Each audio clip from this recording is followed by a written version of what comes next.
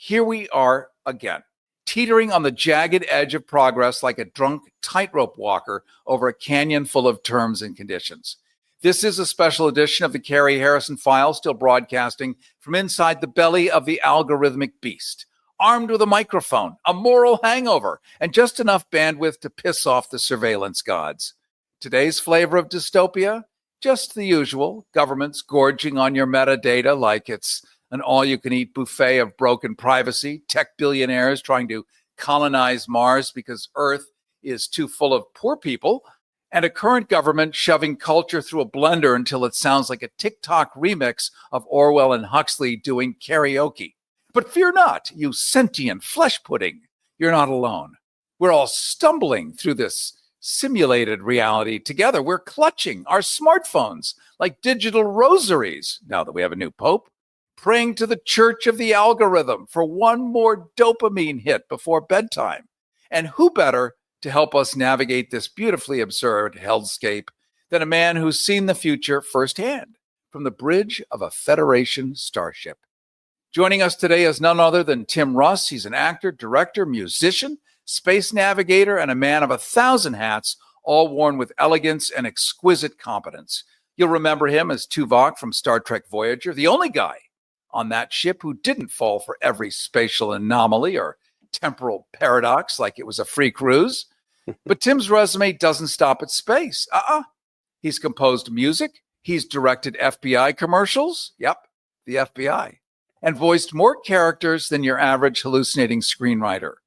Tim is one of the most articulate and conscious advocates for common sense and human decency in the matrix that is now so upside down that a Presbyterian U.S. president has declared himself a Catholic pope. Mr. Russ brings some sobriety back to Twitter, X, and some sanity at a time when we all need more of it.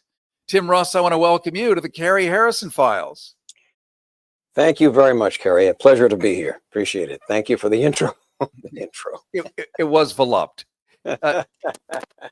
Tim Russ, you've navigated black holes and bureaucracies. What's more dangerous to you, a Romulan warbird or the current level of propaganda and double speak raining down from DC? Well, the thing about a Romulan warbird is that, it's very clear, that they're the bad guys and you're the good guys. And now it's no longer clear who are the bad guys and who are the good guys. That's the main difference, Cary, is that, the Romulan warbird's coming at you, it's pretty much laid out and clear what's going to happen and what it's all about. And now it's just, nothing but mass confusion and disinformation and nobody knows what, half the time knows what's real and what isn't real and what's AI and what isn't AI. And, so now today you can't even rely on what you're listening to or watching or hearing because you're not even sure if it's real. Yeah, there was an era where whatever we saw, you made. I mean, you directed your own Star Trek movie, and you had like live human actors, and you had sets, and you had all of that stuff, because without you creating that, it wouldn't have been done. Now, they can efficiently replicate you and me, and sometimes we might not even know the difference. So it's a special kind of, I don't know, it's a dangerous trickery, especially you as a storyteller, as an Imagineer, using a Disney term, but that's what you are as a creative. Well, yeah, as a matter of fact, I was just I had to do a presentation at this tech company recently, and I'm not a tech IT person, but they asked me to come and do this information. They wanted to have my perspective from the entertainment business as an actor and a director about how AI is going to be infiltrating. It's already infiltrating the film business as it is, because now even in wide shot scenes with a lot of people, the big panoramas where people are walking around, those are all AIs. You don't have to use extras in background for that. That's just generated by AI. Crowd scenes in stadiums, all AI. Your background in some of the larger scenes with a lot of people could be AI. As a matter of fact, they are, and they will be even more so as we move along in terms of background people and actors, even in smaller scenes like coffee shops. You can replace them with AI right now. Nobody's gonna know the difference. Not to mention aging people up or down at random. And so therefore the makeup artists for those larger projects may no longer be needed, because they'll simply just smooth you out or fix any problems or make you look older or younger with just in post and CG. And I'm sure they're doing that now. I think I saw a film not long ago, just recently, where I'm sure the actress that was in that film, that is not her face today. That her face has been smoothed out in post. I know it is, because I've seen photographs, and there's a big difference. So you know that they can tweak all that now just with a computer, and that's today. Yeah, the only downside is that you can't make that portable and actually wear it out to the grocery store, because then it would be acceptable. Yeah, well, that's the issue, right? At least not now. Down the line with in a Black Mirror world, we might be that might change. Who knows? We might be wearing some contacts that make everybody look amazing. So it's just all of that. The way that culture and stuff is influenced by tech. I mean, we're living it now, obviously, with the tech that we do have already. We're doing Zoom sessions on tech. We don't have to do in-person interviews. We use our phone for damn near everything and anything. And that is not going to go away. It's just going to become more and more prolific, more and more integrated into the human condition. I mean, I joke with my daughter. She's 26. I said, it won't be that long before you'll be telling your own kids, that, you used to use a cell phone and have to touch the screen. All of that's going to, is just, there's no stopping this beast. I mean, and the genie's well out of the bottle and down the highway and, into the next state. So that's what's coming. That's where it's going. My only other fear is that, it can be used nefariously by people creating situations, whether through audio recording or through visual, that can condemn somebody to having done something wrong or illegal and or embarrassing or unethical, and they haven't done it. So that you can replicate somebody's voice right now.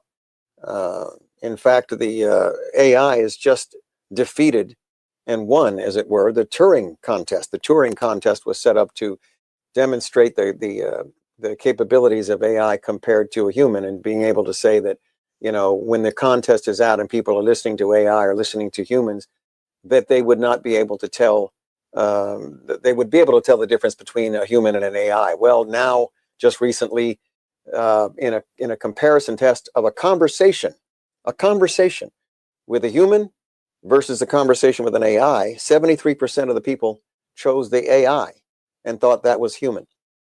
So it's now defeated the Turing contest, which was forever standing. Named after Alan Turing? Alan Turing, yes. Yeah. So it's now defeated that. So, the line between what's real and what's AI, what's real and what's imaginary, what's real and what's faked or created is growing ever thin. So, well, thankfully, Tim Russ, people like you will be able to still tell. Like when you hear an AI voice, the inflection is off. There's something you can tell that's not right. The average person, they probably won't know the difference. There's a guy named Jeff Fishback who's a forensic, I don't even know what the term is, but we had on the show maybe a year ago an actor who was in one of the Star Trek movies, as a matter of fact. Right. And he had AI had faked, there's an app, a fake dating app, where you can pretend you're dating a celebrity. And it'll bring up the celebrity. It'll chat back and forth with you because it learns your personality. So it knows how to flirt with you as the celebrity. And then it allegedly sent a naughty picture. Well, this was a girl of 16 in another state, so it became a thing. It turns out it wasn't real, of course, but there is no normal government entity, and I'm not talking about the new government we have, but this is a year ago. There was no infrastructure to figure out, was this real or not, except for this one guy. You, as a director, as an artist, you're going to always have that special eye. So I wonder if there's going to be a new skill set for you to try to determine, is it real or not?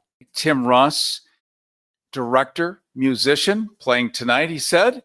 Voiceover warlock, former tactical officer of the starship Voyager as Tuvok, has played Shakespeare, fought space lizards, directed commercials for the FBI, and still found time to release real music that you don't need an algorithm to appreciate. It's actually audible. Here's an important message from the US Med Diabetes Solution Center. If you have diabetes, you know the pain of pricking your fingers. But now, by wearing a small device called a continuous glucose monitor, or CGM, you can reduce your pain right away. It's easy to use and helps you make more accurate diabetes treatment decisions. So call us right now to see if you qualify for a CGM at little or no cost. US Med. Better service. Better care. You know, for somebody, you know, for a child that's growing up, we may be able to say we can tell the difference, or we may be critical of this difference. But for a child that's only, 5 years old right now, 3 years old, somebody being born is not going to be able to tell the difference, or not going to care, but much less care. What they see and what they've been programmed and hardwired to see is going to be what they see, and then what they accept as real. And that technology is exponentially becoming more and more sophisticated. So it's only going to be a matter of time before you won't be able to tell the difference. It's just a matter of computing power. That's all it is. The faster the processor, the more accurate and more detailed these motions and things will be. And eventually they will be able to get the nuances of a human face accurately, and the nuances of a human voice accurately. Right now, the voice is already getting there. To the point where like I said, in the Turing contest, 73% of people couldn't tell the difference. So it's already there. It's just going to get more and more and more like this. And our culture, for some of us, we're going to have to adapt to those changes. And others of us are going to be born and raised and growing into those things. You just brought up a really interesting point, Tim Russ, about what people will accept. It's just because it's objectionable to you and me, because we like original content. We don't think plagiarism is particularly cool. We do think copyrights are not a bad idea, etc. Everyone else doesn't have to believe that, or they don't have skin in the game the same way. And so they'll accept it if it's ding, checks the box, entertaining. It checks the box for this, checks the box for dopamine delivery. So who cares if it's real or not? But then that puts us even deeper in the hole.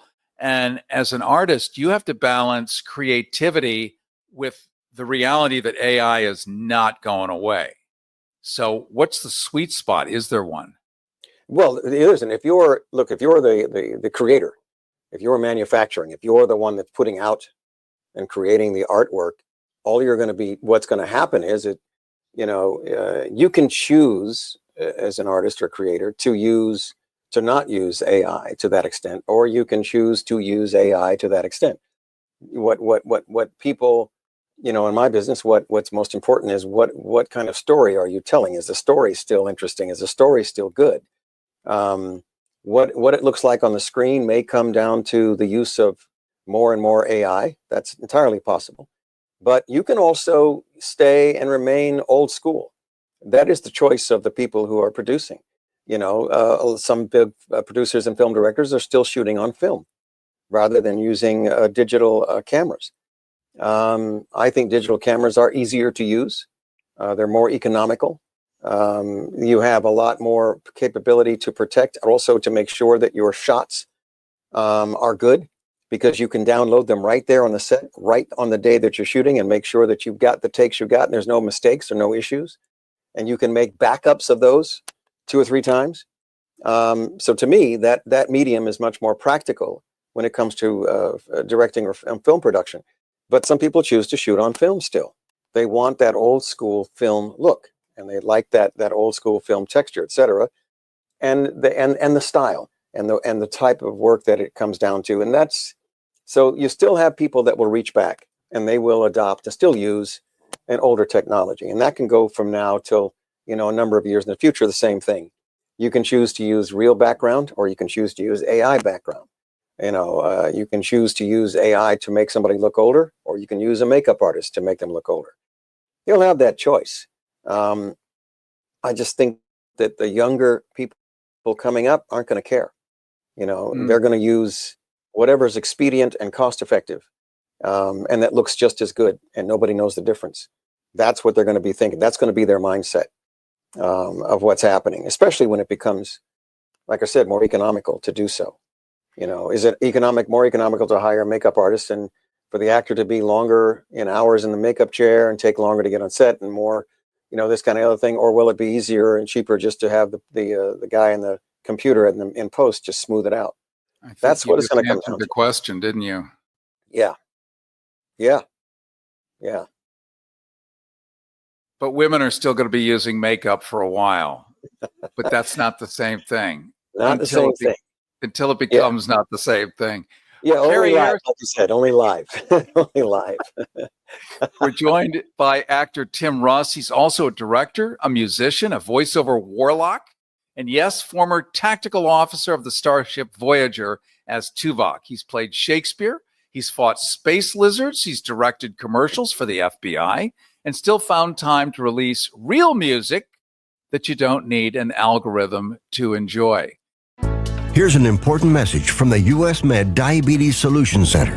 If you have diabetes, you know the pain of pricking your fingers. But now, by wearing a small device called a continuous glucose monitor, or CGM, you can reduce your pain right away. It's easy to use and helps you make more accurate diabetes treatment decisions. So call us right now to see if you qualify for a CGM at little or no cost. U.S. Med. Better service. Better care. Tim Russ, let's talk for a second about Star Trek Voyager. Mm-hmm. Would Tuvok, in today's non-DEI landscape where everyone is prickly and walking on eggshells, would they go for that? Would they go for a character like Tuvok? Yeah. Well, in today's world, in today's environment, that could be a problem because he would be seen as an outsider, immigrant. He would be seen as an alien, quote unquote. So that may or may not play in today's world. Not right now, at least not in the hands of some of those who call themselves running the country. In a normal world, absolutely, it would be, nobody would blink twice, and especially on the streets of Los Angeles, nobody cares. But in the future, that's a whole different story. Yeah, it's. People talk about comparing Star Trek to the current times and wondering, if we'll ever get to the point where we see things the way that they do in the Star Trek universe. Yeah, I mean, over time, evolution, cultural evolution is going to occur. You can't stop evolution as a concept. You can't stop it, and you can't stop cultural evolution as well. Once the seeds of an idea are planted, they are going to grow. And in fact, I've heard recently that it was suggested that, look, societies, rather than evolving over just a sort of slow, sort of gradual plane, upheaval, social upheaval, cultural upheaval, political upheaval may, in fact, help to the society, the culture, to evolve more positively in the long run. Like this upheaval could shift people's perspective. Maybe they'll say maybe they'll say down the line, look, we don't want to do that again. We don't want to go there again. And I'll give you an example. World War II, all of the countries in Europe were killing each other en masse for centuries, as far back as the Middle Ages.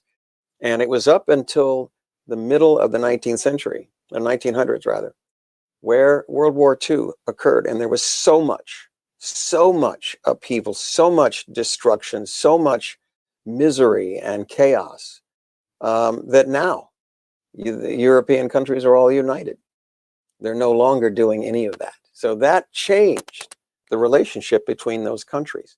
Unfortunately, World War I did not do it, but World War II did. And as bad as it was, and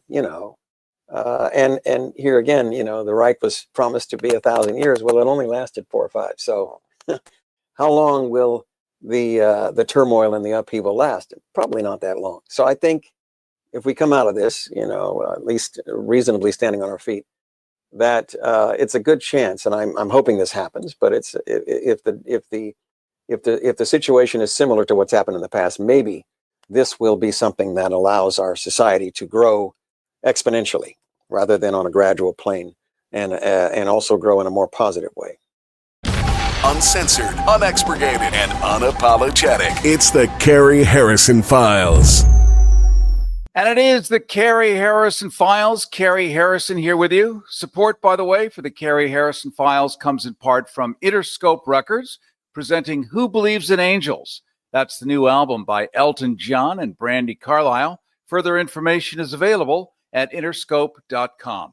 Also, we're live streaming right now on Substack and YouTube. You can simply Google Cary Harrison Substack or YouTube so we can stay connected when you arrive at your destination. You can also easily find us live at kpfk.net. Just go to kpfk.net. Also, please don't forget to sign up for our newsletter at caryharrison.com. There you're going to get special content that we are forbidden to present on radio, thanks to the FCC, thanks to the defunding of public radio, thanks to the defunding of PBS. So it's private. It's away from prying eyes, if you know what I mean. And that's our newsletter, caryharrison.com, C-A-R-Y, or you can go to kpfk.net. Well, coming up, we're going to open the phone lines. You can feedbacks, you can rants, you can get it all off your chest. You can ask me anything. In other words, feel heard during these extreme times. Tim Russ, director, musician, playing tonight, he said. Voiceover warlock, former tactical officer of the starship Voyager as Tuvok, has played Shakespeare, fought space lizards, directed commercials for the FBI. It's a good chance, and I'm hoping this happens. But it's if the situation is similar to what's happened in the past, maybe this will be something that allows our society to grow exponentially rather than on a gradual plane, and also grow in a more positive way. I agree with you. I think we've already seen crystal knocked with the metaphorical chainsaw, blowing up the government, disenfranchising anyone who is not a white Christian Protestant. Heterosexual, exactly. And the rest of you can eat cake, except you don't get any because it's expensive. Yeah. And you're going to have, the modern variant of pitchforks and peasants, however we articulate that as Americans. But, I was talking earlier about people who paid into Social Security. A lot of people might not realize it's an annuity. It's like a 401k. You've been paying. Insurance policy. Yes, insurance policy. Yeah, but it's your private insurance policy. That's earmarked for you. It's not a gift from the government. Here's some free money. We're going to run the printing press. You paid into it. It's your money. And if they take it, well, that's naughty.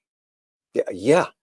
In point of fact, what you're talking about, Social Security, when it was originally conceived, and by the way, for all those who are listening, that was a democratic concept. Okay.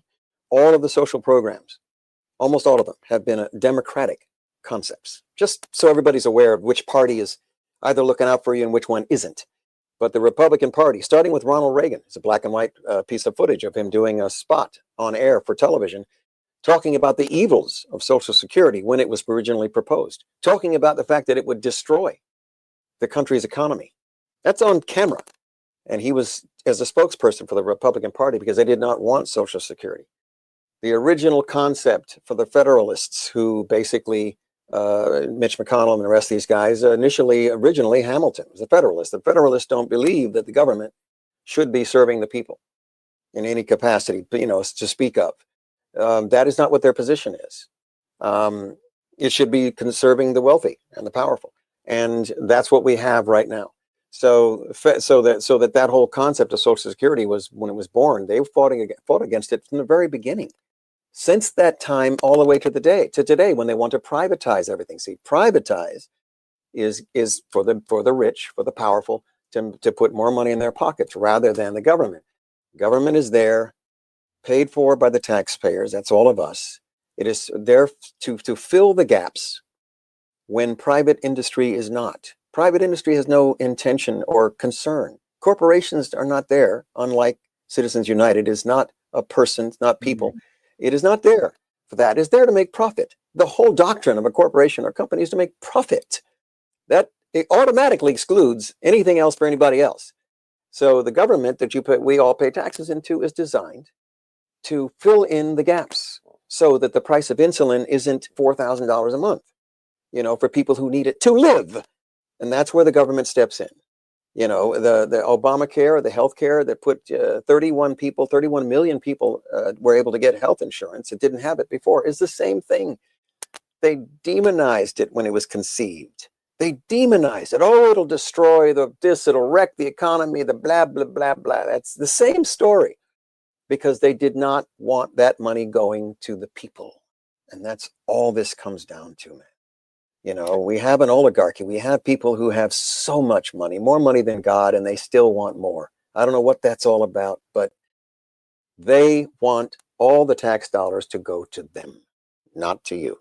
That's all it comes down to, really. Well, isn't that lovely? Yeah, And exactly true. Well, there aren't words to better say what you just said. So let's honor the time, and I know we're running short here. Let's talk a little bit about your directing Star Trek and keeping the Roddenberry dream alive, because I would tell you that 75% of Americans are decent, good people. It's just maybe the bottom third has been hoodwinked. There's been gerrymandering, so much disenfranchising of voters, caging, every possible way to remove votes from African Americans, from Asians, from Latinos, generally speaking, from anyone who might vote with a D. Louis DeJoy, the Postmaster General, formerly plucking 10,000 metal mailboxes out of soil that was in zip codes that had a lot of Democratic voters. Just a million ways to skin that cat. Jim Crow is back in full force. So we now have a new president that is creating a grift, as he would say, the likes of which we've never seen before, except we did in Germany during the almost 1,000-year Reich of 4 years. And here we are in the reality. You've directed your own Star Trek movies to keep the Roddenberry dream alive. And I think most of us actually want that world. Yes. Well, absolutely. I mean, like you said, it's a percentage of the population. It's, for any number of reasons, have gone down the rabbit hole and have joined the cult. And, it's human beings, man. I don't, as the character Tuvok, I would just look at him sideways and just with a slight glance and raise an eyebrow and say, think to myself, what in the world is up with this species? That's our species. We are the biggest problem on this entire planet. We have been, and we still are the biggest problem on this entire planet. They talk about colonizing other worlds, man. I don't know if any of that's going to happen anytime soon. As in the Trek universe, getting out and exploring space. I don't know, maybe down the line. But in the meantime, we have to not only preserve this planet so that the resources are available for us to live, but we have to figure out a way to not annihilate ourselves, which we can still do. We can barbecue this plant 3 times over with the nuclear weapons we have present. And quite honestly, until we as a species, as a human race, are able to eliminate every single nuclear weapon from the face of the earth, we will not be safe from really causing catastrophic damage to our species and setting us back, 300 years. So that is still a goal that needs to be achieved. And it will take a lot of time. It will take, again, evolution, cultural evolution. For example, North Korea being as bad as they are and as isolated as they are, the only time that's going to change is if the leadership of North Korea changes and somebody comes into power that says, hey, you know what, we're not doing this anymore. I want to go over here and do that. And it's the reason that the Berlin Wall came down in Russia. The Soviet Union came down because one person, Gorbachev, said, we're going to do things differently. And that's exactly what happened. Changed that whole place. Now, his predecessors, obviously, was very pissed off about that and is raising hell worldwide and also with our country. Putin is very unhappy, as he was a frontline soldier in the communist Soviet Union. So, he's not happy. Not unlike Adolf Hitler, who was also unhappy about World War I and the capitulation of the Germans. Same thing. So they have this hair up their ass. They have to go out and do this. So I think that as far as my the work and stuff that I have done, I have been honored to be able to carry out the continuing vision of Gene Roddenberry, what he envisioned as a Star Trek future. Whenever I had the opportunity, I directed an episode on the actual series Voyager, and a couple of these independent films that were made. Gods and Men is one of the ones that I think are even more attuned to what Roddenberry was looking for. And to have the opportunity to do that, to explore and examine the human condition, and to look at the morals and the situations, the decisions that have to be made, the circumstances that come up, and how do you handle them? How do you deal with them? How do you relate to others that are not like you? And how do you get out of the situation without resorting to absolute violence? Here's an important message from the US Med Diabetes Solution Center. If you have diabetes, you know the pain of pricking your fingers. But now, by wearing a small device called a continuous glucose monitor, or CGM, you can reduce your pain right away. It's easy to use. It helps you make more accurate diabetes treatment decisions. So call us right now to see if you qualify for a CGM at little or no cost. US Med. Better service. Better care. Tim Russ, director, musician, playing tonight, he said. Voiceover warlock, former tactical officer of the Starship Voyager as Tuvok. Humanity does like to resurrect and reboot itself.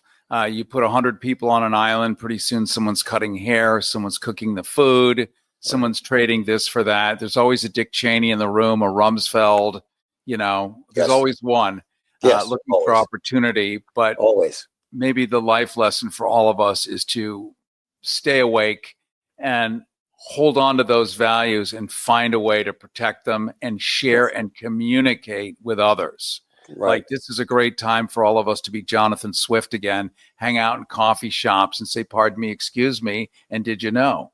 And create those bonds again, because that's what's going to work.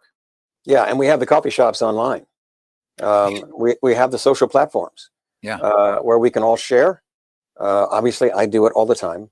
My social media is primarily, getting the word out of what is happening.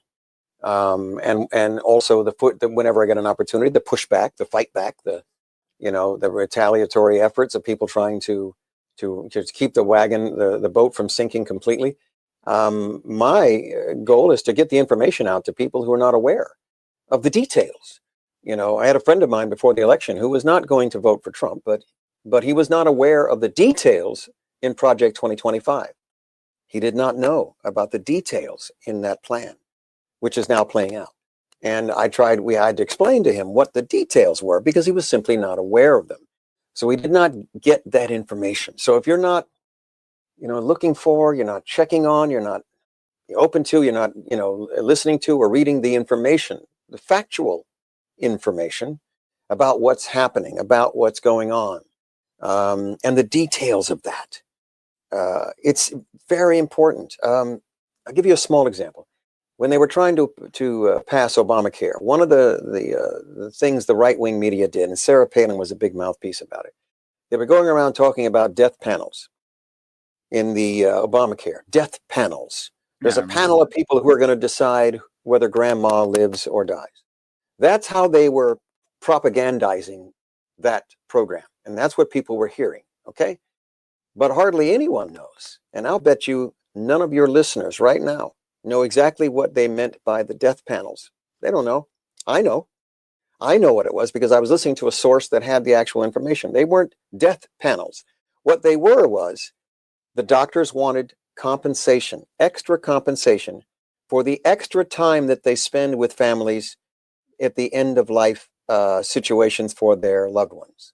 When they're on the ventilator, when they're on the monitors, when they're on the machines, they call upon the doctor far more times than they would normally do it. And the compensation for the time of the doctor, that's what it was. That's what they call death panels.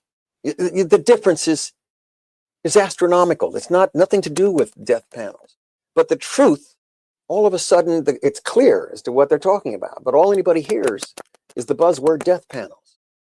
That's the issue we have today. And I don't even know if there's a Star Star Trek episode or storyline or anything that comes close to dealing with that aspect of our society. This propagandizing, serious disinformation. Saying something is one thing when it is not. Damn it, man, the building is on fire. It's flames. You can feel the heat 13 blocks away. But they will tell you it's not. And that's what we're up against. The late, great radical historian, he would call himself that, Howard Zinn, famously said, you can't be neutral on a moving train. Yeah. And exactly to your point, many people are worried about should they recoil? Should they write anything on the internet anymore? Do they dare be public? Will it be used against them at some point? It could. But if there's no resistance, we know that the bad guys bulldoze over the opportunity. So resistance is not futile. No, the resistance is what we need. You have to have the resistance. You know, they had it in World War II, and it was very effective. You have to have, I want to compare it to, it's asymmetric warfare is what it is. We got to figure out a way to adopt asymmetric warfare in this situation because the powers that be have an iron grip and a lot of money behind the mass media. Clear Channel owns 800 radio stations nationwide. Sinclair owns the local network broadcasting company through a good chunk of the Midwest, where our 4 states are that decide the entire election, for God's sakes. And then we have, the radio. Everything is taken up by, right-wing media and propaganda. It's all propaganda. So that's what we need asymmetric warfare against, to get people the actual, real, truthful information. And what's crazy is it's 2 taps on your cell phone, man. It's 2 taps on your cell phone. You can get accurate, truthful, factual information counter to what's being put out. So when something comes out, the president says blah, blah, blah. You can go over to somebody's show, podcast, political podcast, and get the actual thing. When he says something about a tariff, I can go listen to somebody talk about, this is what the actual tariff he's talking about is. This is what it actually means. This is why China doesn't have to respond to any tariffs. They don't care. Because the fact is China, blah, blah, blah, blah, blah. And so you have the actual information rather than the propaganda that is spread just over and over and over. And that is also the key, over and over and over.